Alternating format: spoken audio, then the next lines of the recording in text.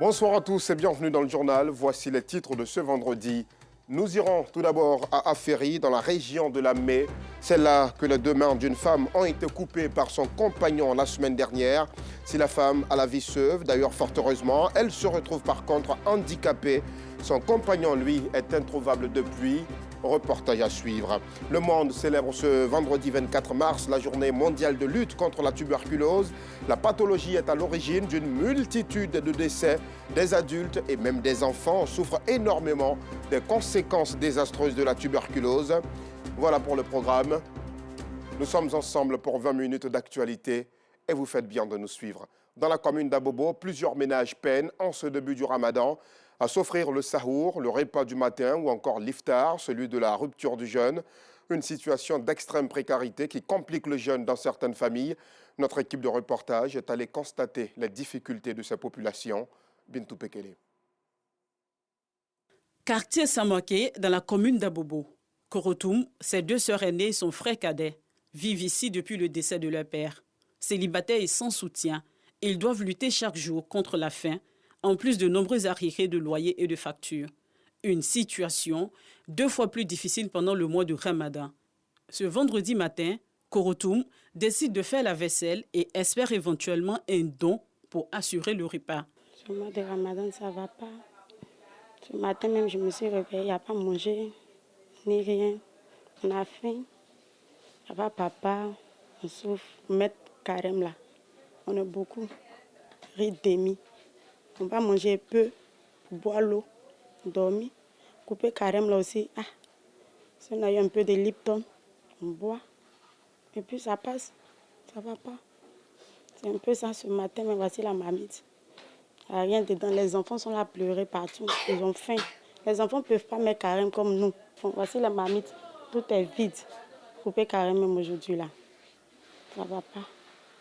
On ne sait pas quoi prendre pour couper carême. Les propriétaires de maison là, on ne sait même pas quoi les dire. Ils nous ont pris comme les enfants. On ne paye pas, ils ne vont pas venir. Personne ne va pas savoir. On a mangé, personne ne sait. On n'a pas mangé, personne ne sait. On est dans la maison. C'est grâce à Dieu qu'on vit. Si Korotoum espère de l'aide d'âme généreuse, sa sœur aînée Mariam baigne dans le désespoir face à cette situation de précarité qui perdure. Ça ne va pas ici. Souvent, on peut faire des semaines, mais sans préparer. Le jour que mon petit frère ne gagne pas à travailler, on n'arrive pas à manger. Ça nous fait 3 mois maintenant, on n'arrive pas à payer la maison. Pour ça, même mon petit frère, même s'il vient, il sort.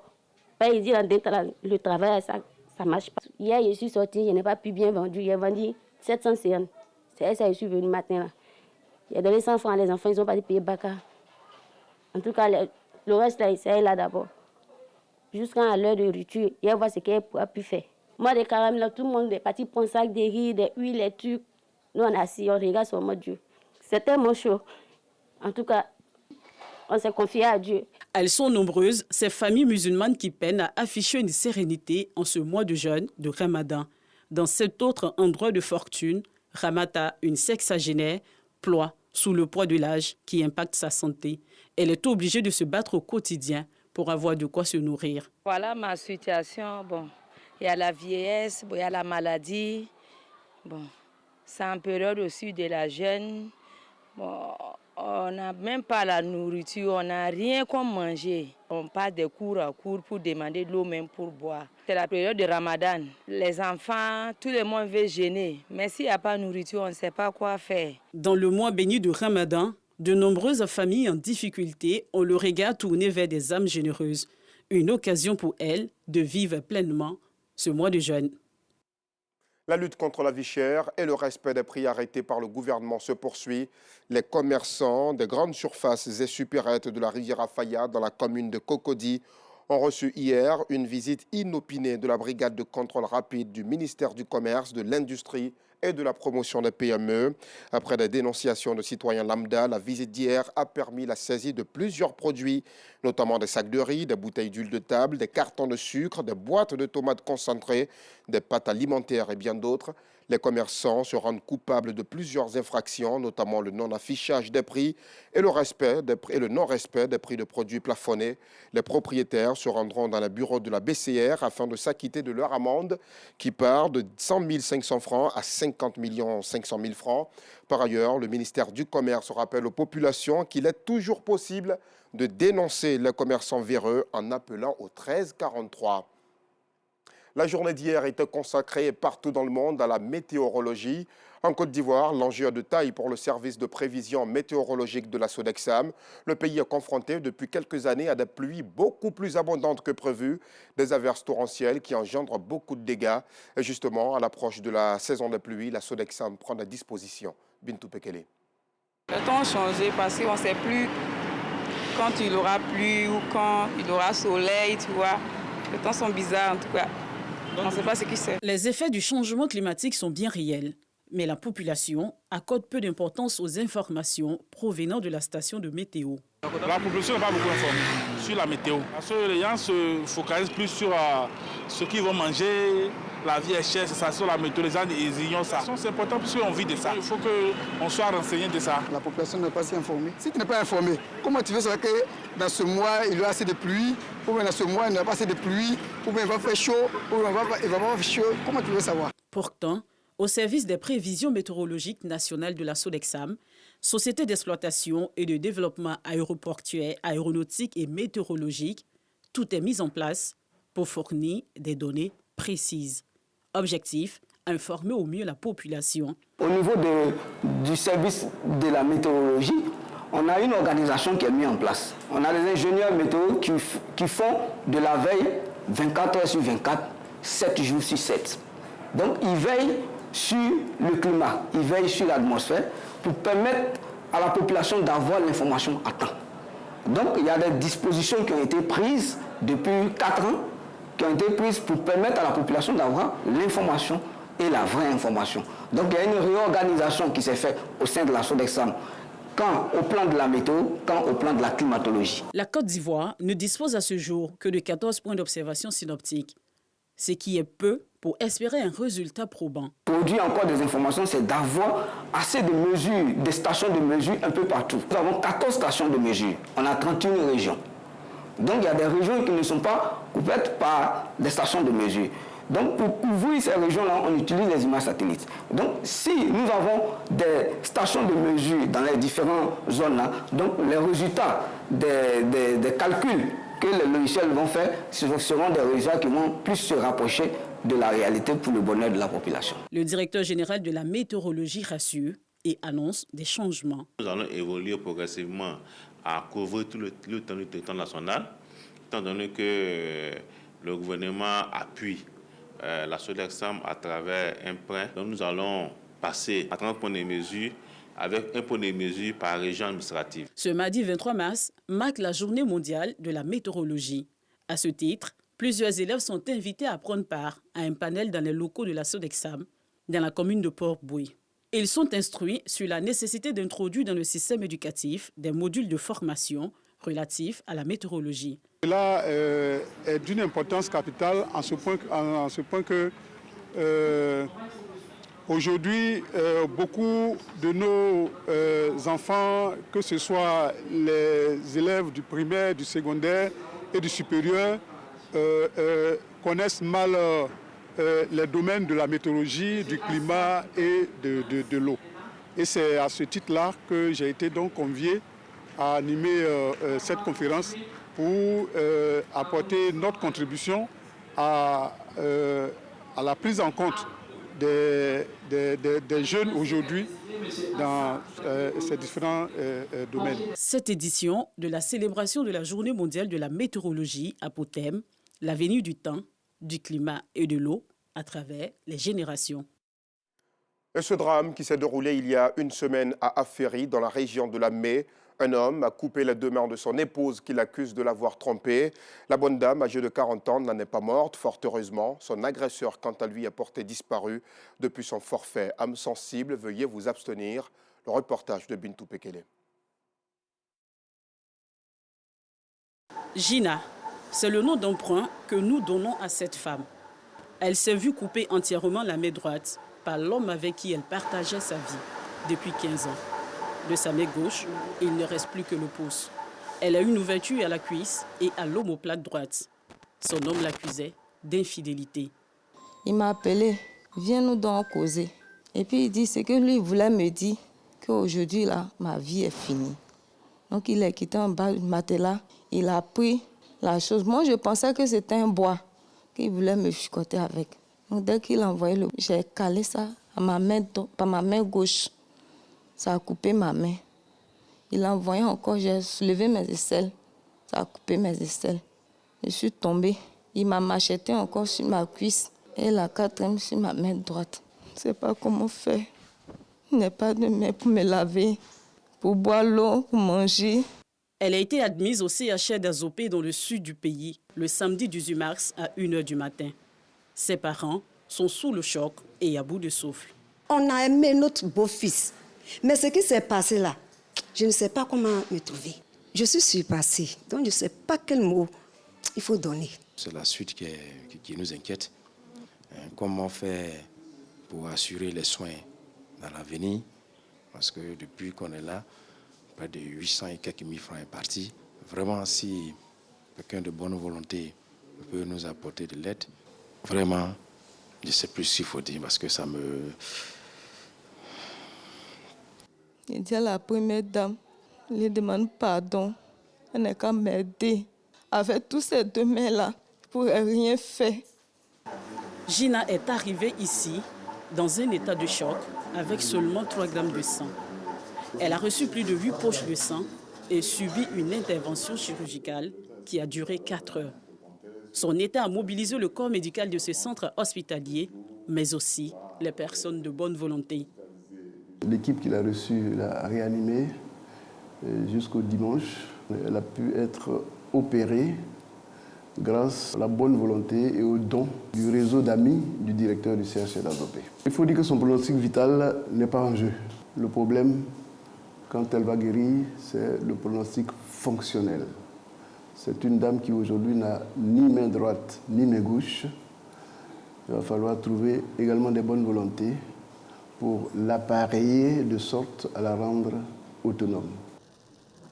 Le douloureux événement s'est produit un peu plus loin, à Aféry, dans la nuit du vendredi 17 mars. Sur les lieux, ces traces de sang et cette machette, l'arme du crime. Ce vendredi soir, il y avait une veillée funèbre, comme tous les vendredis soirs en pays atier. Et Gina a eu la vie sauve grâce à un visiteur. Son homme, lui, a pris la fuite par la fenêtre, un fusil à la main. Il s'est rendu à d'autres funérailles et a ouvert le feu sur le supposé amant de Gina. Pourtant, il y a 5 mois, la question de l'infidélité de la compagne avait été portée à la chefferie du quartier Ngossé d'Aféry. L'homme menaçait déjà de sectionner les mains de sa compagne. Les mots qui sortent de sa bouche, là, vraiment, ça fait peur. Je vais te couper la main. Comme tu as les oreilles dures, je vais t'amputer les mains. Et là, le chef lui a dit que ce n'est pas possible. Il ne peut pas amputer une main à cause de l'adultère. L'affaire venait devant le chef. Et bon, c'est sa belle-mère même qui a apporté l'affaire devant le chef. Bon, là, bon, après les déclarations de part d'autres, bon, on a trouvé que bon, on a déjà condamné la femme. Et c'est 4 mois après, le vendredi 17, le samedi 18, tout le monde est réveillé par cette nouvelle. Le problème n'a pu être réglé sous l'arbre à palabre de la chefferie. Un échec pour ces garants de la tradition. Ils disent être épuisés et impuissants. Les enfants de maintenant n'écoutent pas la chefferie. On a submergé. Nous, on est vraiment fatigués. Quand ils prennent leur show là, on n'est plus écoutés. Est-ce qu'ils ne peuvent pas vous regarder aussi? Ils préparent la drogue, ils la boivent comme la sauce. Mais dans ce cas-là, dans la chambre, on a trouvé dans le gobelet le reste de ce produit-là. Un homme avec un esprit lépide ne peut pas faire ça là. La famille du compagnon de Gina, également sous le choc, joue la carte du pardon. Oui, mais ça fait mal. Ce qui fait mal, ça fait honte. Donc moi, personnellement, j'ai honte de ça. Parce que ce n'est pas bien qu'un homme se comporte à la manière. C'est pour cela que je dis, il y a quoi à la famille? Le drame de la nommée Gina n'est pas un cas isolé ici. Il y a 2 ans, une autre femme a été découpée par son compagnon dans un champ. Cette fâcheuse attitude de régler les problèmes de cœur par la machette effraie les femmes d'Aféry. Des femmes célébrées lors de la Journée internationale des droits de la femme dans ce même mois de mars. J'ai peur voir les mains coupées avec une femme. Si tu as une femme mariée, tu es marié, pour couper ta main, c'est un peu difficile. J'ai peur. Quand tu entends les hommes parler, ils se disent, bon, par plaisanterie, ils disent que si tu me trompes, je vais te taillader, donc ça fait peur. C'est difficile encore pour certains, surtout nous les jeunes filles, de nous mettre en relation avec nos frères Aféry. Venez nous aider. Quand je passe, ça me fait mal. Avant, Aféry n'était pas comme ça. Maintenant, Aféry est devenu un coup de machette. Nous les femmes, on souffre. Venez nous aider. Nous les femmes, on souffre présentement. Quand je vois le doigt de ma fille, ça me fait 2 jours, 3 jours, je ne dors pas. Cette affaire défraie la chronique dans le département d'Akoupé. Les autorités sont alertées. En repos, donc, maladie, j'ai dû, eu égard au sujet, me déporter précipitamment à mes bureaux pour pouvoir donc satisfaire ce à quoi nous nous attelons. Oui, qu'est-ce qui explique cela? C'est simplement la barbarie humaine. Nonobstant les efforts d'un de leurs fils illustres, le Premier ministre Patrick Achi, la sensibilisation. Rien que la sensibilisation. Toute la sensibilisation s'opère au quotidien. Mais malheureusement, ces cas-là sont récurrents, ces cas reviennent avec permanence. Gina, âgée de 40 ans, est mère d'une fille et grand-mère d'un petit garçon. Désormais personne en situation de handicap, elle va réapprendre à vivre. Avec des prothèses, les choses seront plus faciles pour elle. Mais Gina devra faire face aux regards et commentaires du voisinage. Voilà qui en interpelle plus d'un sur les conséquences des violences basées sur le genre. Dans un autre chapitre, le monde célèbre ce vendredi 24 mars la journée mondiale de lutte contre la tuberculose. La pathologie est à l'origine de plusieurs décès. Des adultes et même des enfants souffrent énormément des conséquences désastreuses de la tuberculose. Reportage.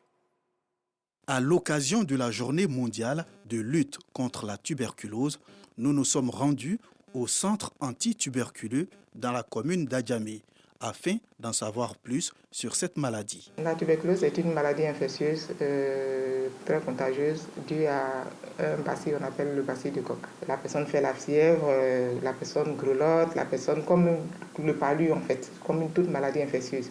Et en deçà de tout ça, là, la personne tousse. Et quand une personne qui tousse et qui a tous les autres signes infectieux, on peut déjà soupçonner une tuberculose. La tuberculose est garantie. En prenant correctement son traitement, le traitement dure 6 mois pour la tuberculose simple et 9 mois pour la tuberculose résistante. Quand une personne tousse, il fait sortir de certaines gouttelettes qui se transmettent par voie aérienne d'une personne à une autre. Pour éviter la tuberculose, d'abord, il faut que le tousseur, celui qui est malade même, d'abord se protège quand il tousse, pour éviter de transmettre la maladie. La seule manière de vérifier que c'est une tuberculose ou non, c'est de faire le crachat, le BK. Et quand on voit le BK dans le crachat d'une personne, on se dit que oui, cette personne a la tuberculose. Quand on guérit, mais ça peut revenir. Comme je l'ai dit, c'est une personne qui le transmet. Vous êtes guéri aujourd'hui, que vous avez été contaminé par quelqu'un d'autre, vous allez refaire la maladie. En 2019, plus de 10 millions de personnes ont contracté la tuberculose dans le monde. 25% de ces malades ont été diagnostiqués en Afrique. En Côte d'Ivoire, les données du rapport 2020 de l'Organisation mondiale de la santé, OMS, indiquent que l'incidence de la tuberculose est de 137 cas pour 100 000 habitants. Afin de renforcer les moyens de lutte contre cette maladie contagieuse, un programme national de lutte contre la tuberculose a été mis en place. C'est un reportage d'Aïcha Sanogo commenté par Clément Bocco. Et pour finir, en France, la visite du roi Charles III est reportée. Le renseignement territorial met en garde contre un niveau de menace élevé au regard des violences qui ont émaillé le pays jeudi dernier. De nouvelles manifestations contre la réforme des retraites sont d'ailleurs prévues en début de semaine. Le roi Charles et son épouse, qui disent avoir hâte de faire la visite, devraient pourtant y séjourner à partir de dimanche. On arrive au terme de ce journal. Merci de nous avoir suivis. Très belle soirée à tous.